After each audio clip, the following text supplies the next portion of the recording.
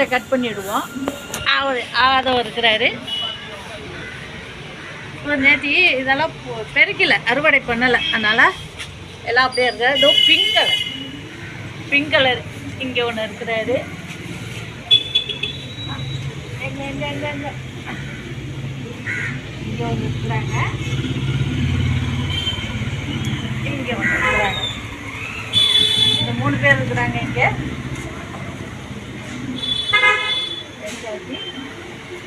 நந்தியாவட்டை, இந்த ஒத்த நந்தியாவட்டை.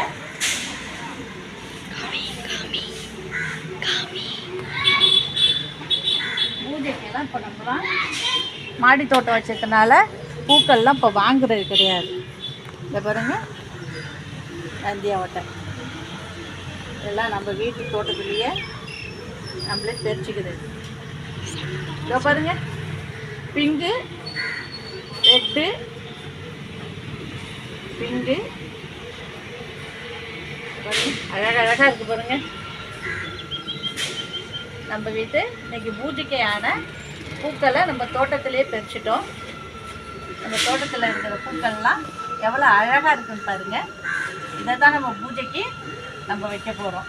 என்னதான் நம்ம கடையில் கொடுத்து பூக்கள் வாங்கினாலும் நம்ம வீட்டு தோட்டத்தில் பறித்து நம்ம கைப்பட சாமி படத்தை க்ளீன் பண்ணி அந்த பூக்களை வச்சு அழகு பார்க்குறது இருக்கு பாருங்கள், இவ்வளோ சந்தோஷமாக இருக்குங்க.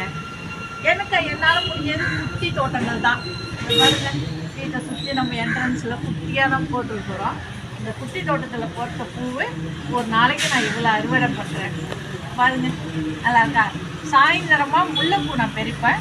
முல்லைப்பூ நான் காட்டுறேன். முல்லைப்பூ வந்து மேலே அப்படியே பந்தெல்லாம் இருக்குது, பூக்கள்லாம் நிறையா இருக்குது. நான் பார்க்குறேன்.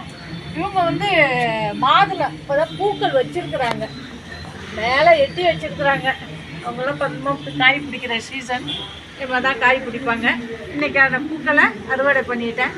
இது பாருங்கள், நான் சந்தோஷமாக என்ஜாய் பண்ண மாரியும் நீங்களும் இதை பார்த்து என்ஜாய் பண்ணியிருப்பீங்கன்னு நினைக்கிறேன். எனக்கு இது பிடிச்சிருந்துச்சுன்னா ஒரு லைக் பண்ணுங்கள், ஒரு சப்ஸ்கிரைப் பண்ணிவிடுங்க, ஒரு என்னென்ன பண்ணணுமோ அதெல்லாம் நீங்கள் பண்ணிவிடுங்க.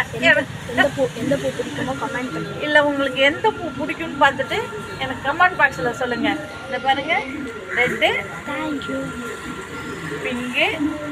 இதில் உங்களுக்கு எந்த பூக்கள் பிடிக்காத மனிதர்களே இருக்க முடியாது.